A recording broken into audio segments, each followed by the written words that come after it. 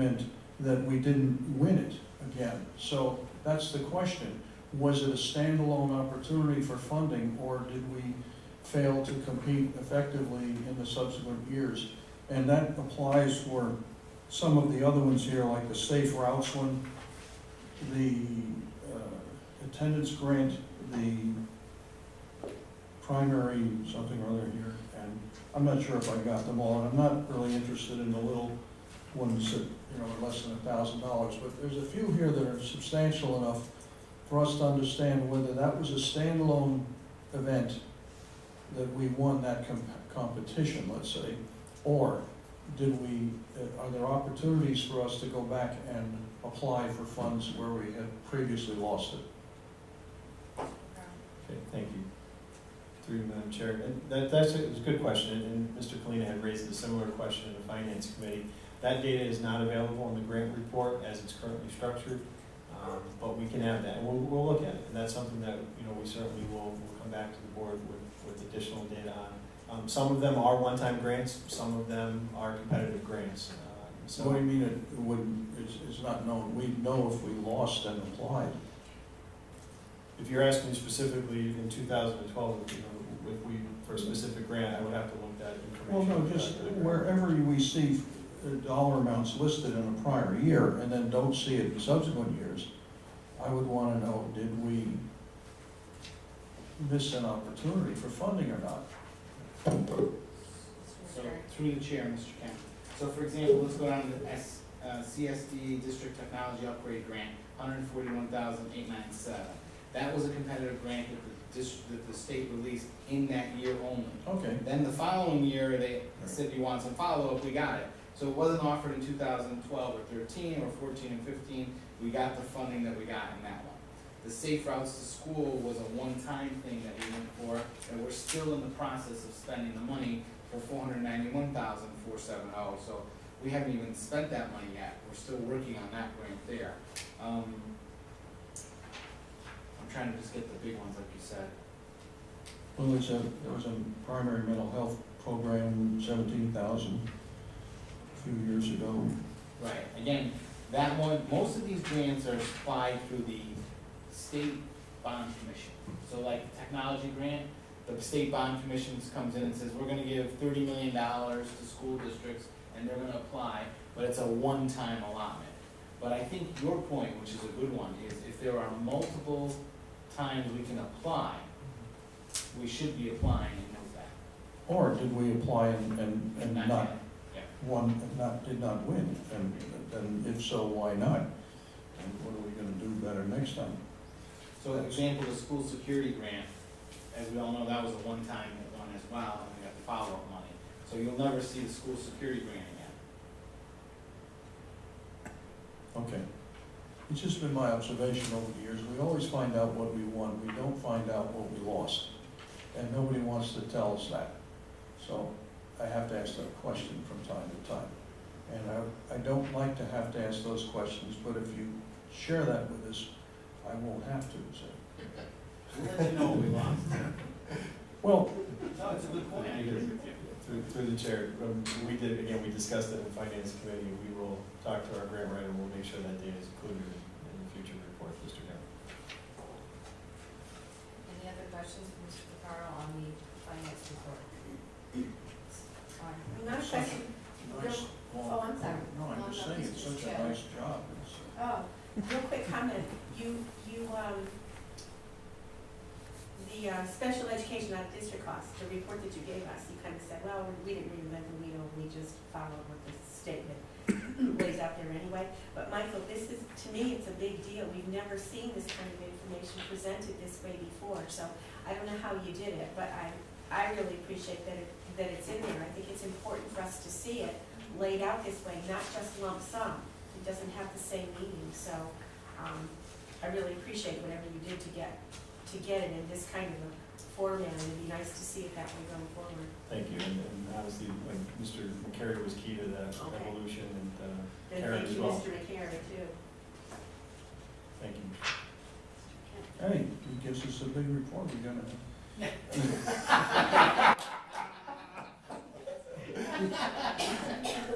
Why? I it'd be quite confusing. Is Exhibit H, would you please clarify Exhibit H? Sure. Peak notice program. So in a nutshell, we were collaborating, Mr. Ward and I are looking at our future electric costs and opportunities to reduce our costs by working with the joint broker that we use through the Connecticut Conference of Municipalities. That's Bay State is the name of the broker that we're currently utilizing now. And there's a new program that's available through CCM to its members, of which we are a part, and through the broker, which essentially allows us to take some proactive actions within the municipality, within our school district, to reduce the line item in our electric bill that is referred to as capacity cost.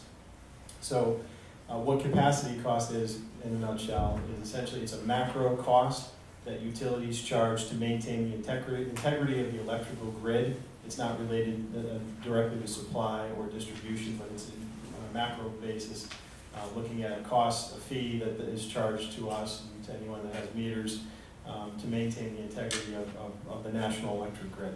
So that being said, if you were to look at our electric bill, which is included as an exhibit, and the contract that we have with our supplier, it's an all-inclusive cost. So we're locked in at a great rate, 7.15 cents per kilowatt hour through December of 2017. So that's a very good rate. It's a very competitive rate.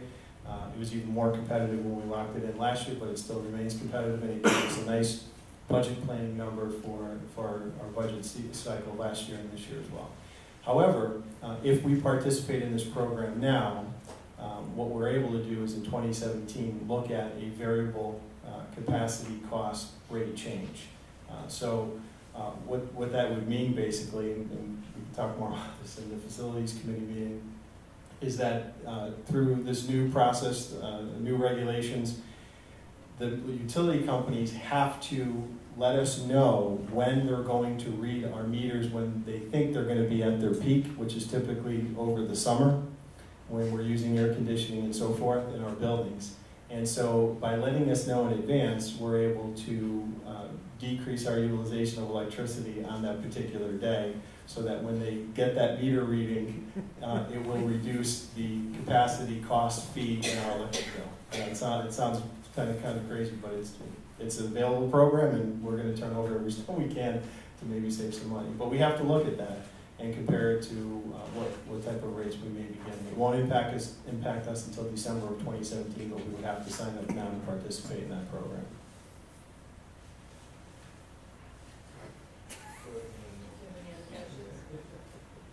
Be careful. Speak now. No, I don't. Thank you. Okay, we will move on to item 6.7, which is a budget update. Mr. Perry and Mr. Perry, I'm not sure which one he wants to do it.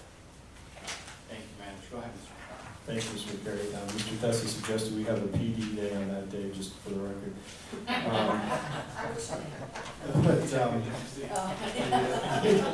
the exhibit before you this evening that was added is a letter from Mayor Champagne that we received today. The letter outlines a reduction to our budget in the total amount of $186,100, and as the mayor has outlined in his letter to Mr. McCary and to the board, we've made some suggestions as to how those reductions could be realized without impacting teaching and learning. I would like to add, before turning over to Mr. McCary, that this has been a collaborative process. So the data that you see before you in the memo is one that we were not surprised of, that we were part of that process, and the timing of which, if we had this information sooner, and I'll talk in a little bit more detail about the individual activities, we certainly would have included it in Mr. McCary's superintendent's budget before the board. Basically, what you have are four proposed reductions to come up with $186,100. The first one is related to our general liability insurance. And so we're pleased to report to the board, and we had discussed this during the budget cycle, that we saw a slight increase when we were putting the budget together, 4.5% increase on our general liability insurance. That's our general liability, auto, and property insurance. And so recently, looking at our experience, we were able to get that number down to 0, and then we received a final number actually a few days ago from our underwriter, again, based on our experience and our collaborative risk management efforts between the town and the board, we were able to realize a -5% reduction for the board and the town. So if you were to look at our budget, we had a $10,000 increase, and if you take away you take that off the table and you take away 5% from our current budget line item for that, that would be a $21,282 reduction total to that line item. Same principle for the medical insurance. We had originally were looking at, based on, at the time, the experience data that was available to our brokers and to the insurance industry. We were looking at a 10 to 12% increase. We took a risk and budgeted at 6%, but we felt comfortable that was an obtainable risk. Well, good news is our experience data looked great. It looked better than we thought. So our experience was very good. The other part of that equation is that because the federal government has delayed the implementation of the Affordable Care Act, the expected fees that the insurance industry had built into all the rate increases were now removed. So they had an opportunity to be more competitive. So between our experience and the elimination of the Affordable Care Act fees for this year, we were able to lock in a guaranteed rate, staying with Connecticut, which is our current provider, of 3%, a 3% increase for the board and a 0% increase for the town. So a 3% reduction to our health insurance line item from 6%, 1% is about $50,000 and change, equals the number that's reflected in the mayor's memo of $153,876. I would like to add that we may see that number move more because we're not done with our negotiations with health insurance. So hopefully that will happen, and we'll keep the board posted on that. But the guaranteed number right now is 3%. And the last two items are related to our data processing enterprise fund contribution. The board contributes around $900,000 in our budget for that. We're proposing a reduction to the line item. There's two separate activities there. One for $2,500, and that was realized by transferring a cost from the data processing center to another department in town. So the mayor translated that savings to us, or our share of that, and there was a health insurance line item that needed to be adjusted for the data processing staff, and that total savings for our share of $8,442. Again, the total reduction from the mayor is $186,100. That provides us with a difference over the current fiscal year of $697,451, or a 1.35% change. 1.35% change over the current fiscal year. Mr. McCary. So just a few points. One is we've worked very collaboratively with the town, and we're very collaboratively, not a good word, but collaboratively with the town, specifically with the business offices, to make sure we're all on the same page. The second thing is these do not affect teaching and learning and do not affect student programs.